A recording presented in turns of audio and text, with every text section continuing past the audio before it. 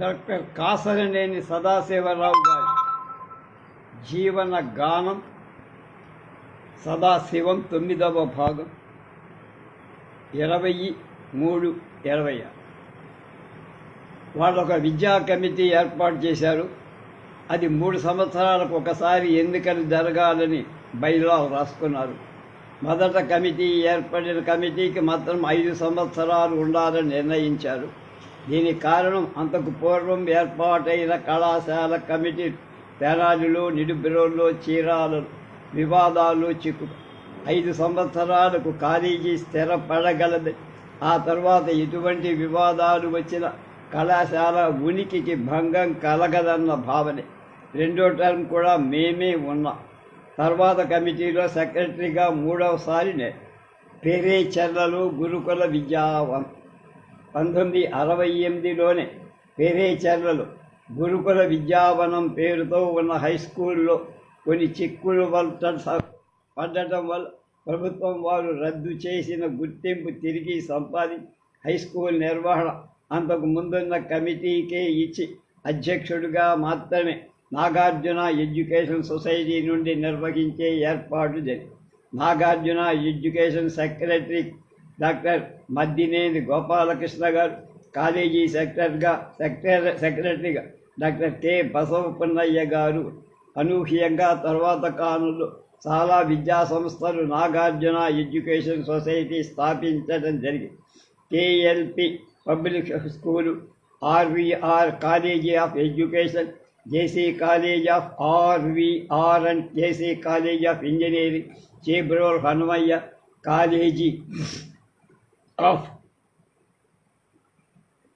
Pharmacy ఏర్పడి nursing college కూడా రానున్నదని.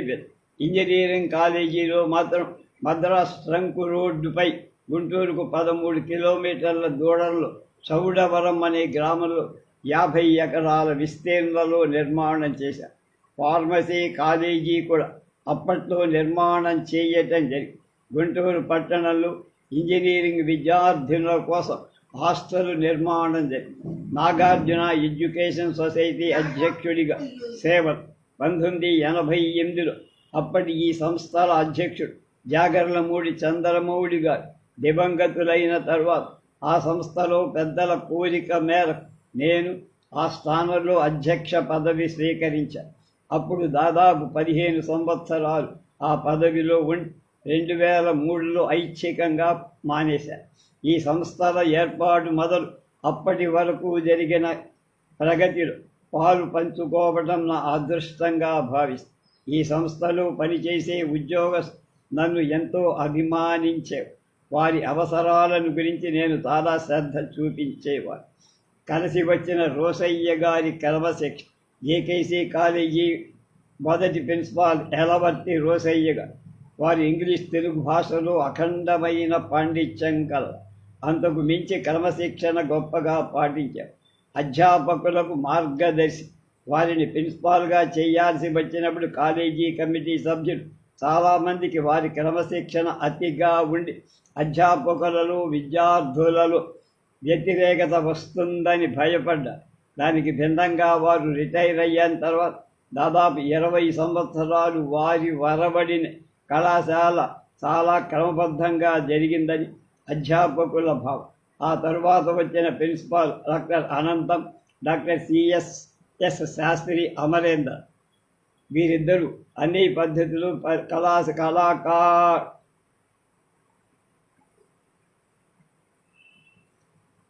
అన్ని పద్ధతులు నడిపి. ఆ తరువాత మీ నటన్న గారు, జె సోమేశ్వర శర్మ గారు 5 సంవత్సరాలు, చివరికి 5 సంవత్సరాలు ప్రిన్సిపాల్ బాధ్యతలు బాగానే నిర్వహించారు. తర్వాత ఎస్ భూషయ్య గారు, తర్వాత శరణు రామకృష్ణ ప్రసాద్ ప్రిన్సిపాల్గా చేస్తారు. కళాశాలలో కాలక్రమేణా కంప్యూటర్ కోర్సులు, biotic, UGC, mathematics, chemistry, English సబ్జెక్టుల పీజీ కోర్సులు ప్రారంభించి నడుపుతుంది. జాగర్లమూడి చంద్రమౌళి గారి మరణం తర్వాత వారి 2వ కుమారుడు నరేంద్రనాథ్ సెక్రటరీ పదవి చేపట్టి కళాశాలకు నూతన భవనాలు నిర్మించారు. జేకేసీ కళాశాల స్థాపించిన కొద్ది రోజులకి మంచి పేరు ప్రతిష్టలు సంపాదించినందువల్ల తర్వాత స్థాపించిన అన్ని సంస్థలకు ఆదర్శప్రాయమై మంచి పేరు సంపాదించుక కమ్మ హాస్టల్ గుంటూరు అరండల్పేటలో కమ్మ హాస్టల్ ఉంది. 1990లో అప్పటికి గుంటూరులో ఉన్న కమ్మవారు జిల్లాలో ఉన్న పెద్దలు గుంటూరులో కమ్మ విద్యార్థుల వసతి కోసం హాస్టల్ కావాలని నిర్ణయం. అదే సమయంలో శాఖమూరి లక్ష్మీదేవమ్మ అనే అరండల్పేట 4-5 లైన్ల మధ్య ఒక భవనాన్ని నిర్మించి సత్రం పెట్టాలనే ఆలోచన చేశారు. గుంటూరు విద్యా కేంద్రం అవ్వటం వల్ల అప్పుడే కమ్మ విద్యార్థులు హైస్కూల్ కళాశాలకు రావటం మొదలుపెట్టి అరండల్పేట బ్రాడీపేటలో అప్పటికే నివాసం ఉంటున్నవారు ఎక్కువ మంది బ్రాహ్మణులు. విద్యార్థులు గది అద్దెకు అడిగితే గృహస్థులు శూద్రులకు గదులు ఇచ్చేవాళ్ళు కాదు. అందువల్ల కమ్మవారిలో పెద్దలు ఒక సంఘంగా ఏర్పడి దానికి కమ్మ విద్యార్థి సహాయ సంఘం అనే పేరు పెట్టారు.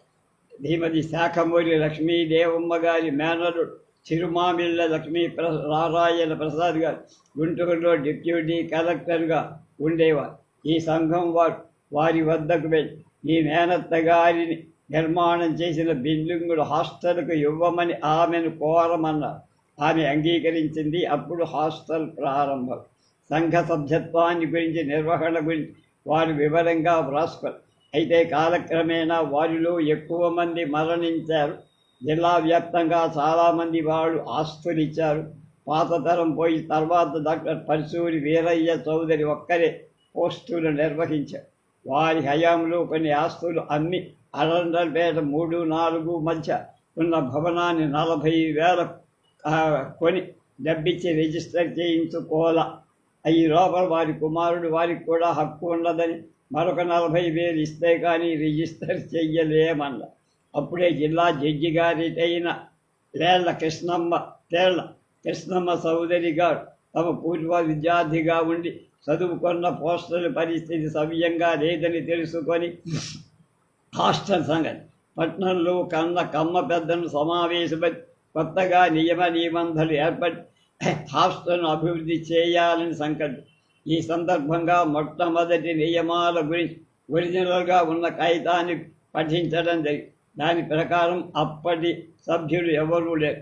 అందువల్ల కొత్త సభ్యులు చేర్చుకొని వారితో కమిటీ ఏర్పాటు చేశారు.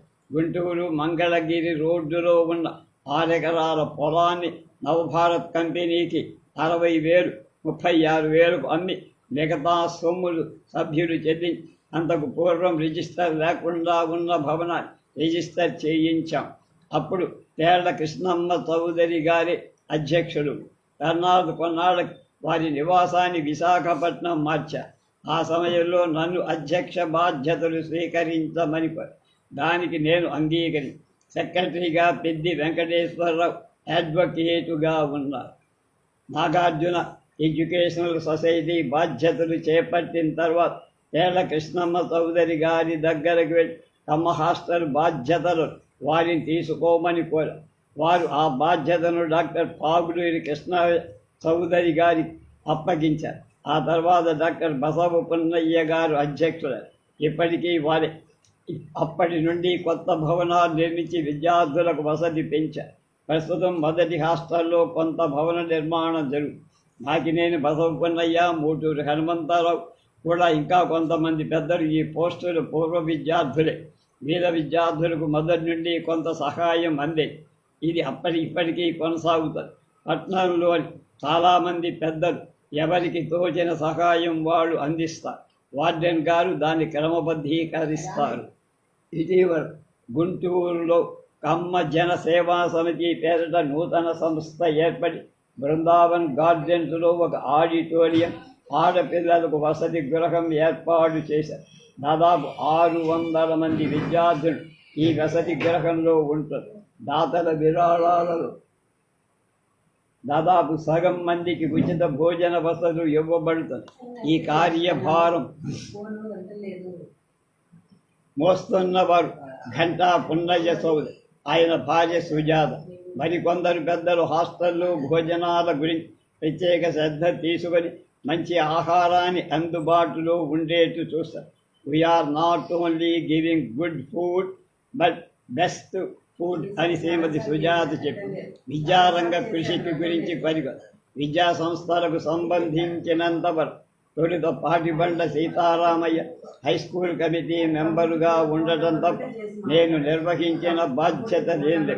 జేకేసీ కాలేజీ ప్రారంభంలో ఒక ప్రత్యేకత ఏ దాతా కళాశాల కావాలని ప్రత్యేకంగా ఆలోచన చెయ్యాల. గుంటూరు పట్టణంలోని చుట్టుపక్కల గ్రామాల నుండి పోస్ట్ గ్రాడ్యుయేట్ ఎడ్యుకేషన్ పూర్తి చేసుకుని వచ్చి ఉద్యోగాలు లేక ట్యూటోరియల్ కాలేజీల చుట్టూ తిరుగుతున్న సందర్భంలో అప్పటికి రవి ట్యూటోరియల్ కాలేజీ నడుపుతున్న సివిఎన్ ధన్గారు గుంటూరు పట్టణంలో చాలామంది ధనవంతులు విద్య పట్ల ఆసక్తి కలిగిన వారికి ఆర్థిక సహాయం కూడా మీరు కొంత చేస్తే బాగుంటుందని ఒక సలహా చెప్పి దాని మీద 10-12 మంది పోస్ట్ గ్రాడ్యుయేట్ షేబ్రోలు హోమయ్య గారి, జాగర్లమూడి చంద్రమౌళి గారి వైకేఎస్ ప్రకాశరావు గారి నన్ను మరికొంతమందిని కలిసి సమావేశం ఏర్పాటు చేయటం, అంతకుముందే తమ హాస్టల్ పేరు రిజిస్టర్ చేయటం జరిగి కమిటీ నిర్మాణం ఏకగ్ర. ఈ సమావేశానికి హాజరైన అందరూ కళాశాల అవసరం గురించి ప్రారంభించాలని నిర్ణయించుకోవటం, దాని కొరకు అక్కడికక్కడే కమిటీ నిర్మాణం కూడా. సమావేశంలో పాల్గొన్న చేబ్రోలు హనుమయ్య గారు అప్పుడు మున్సిపల్ చైర్మన్గా ఉన్నారు.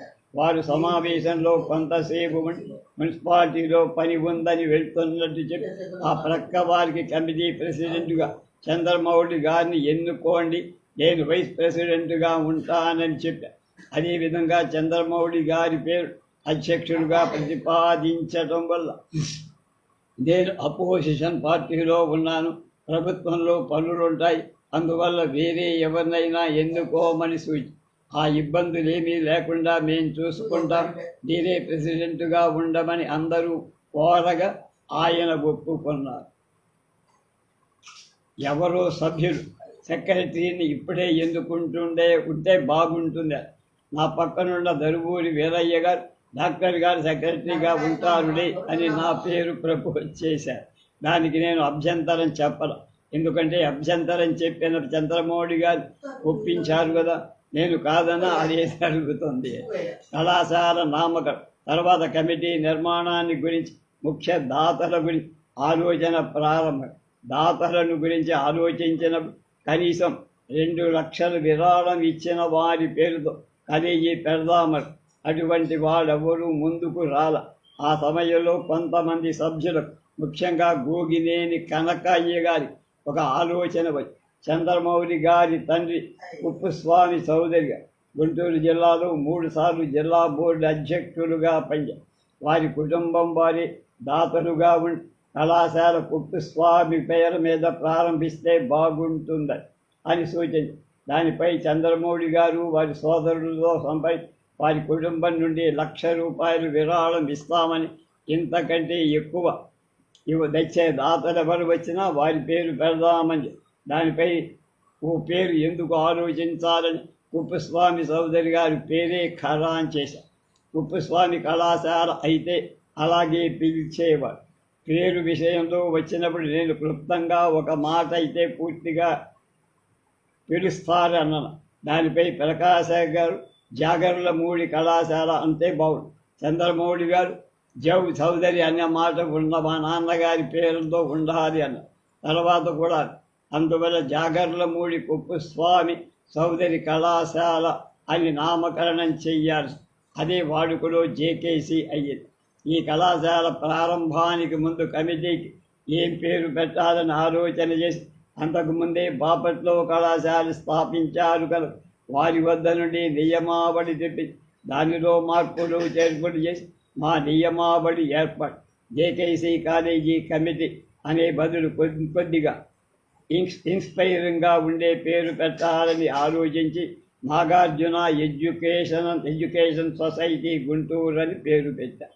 ఆ సొసైటీ ఆధ్వర్యంలో జేకేసీ కాలేజీ కాక అవసరమైన మిగతా విద్యా సంస్థలను కూడా ఏర్పాటు చేయాలి.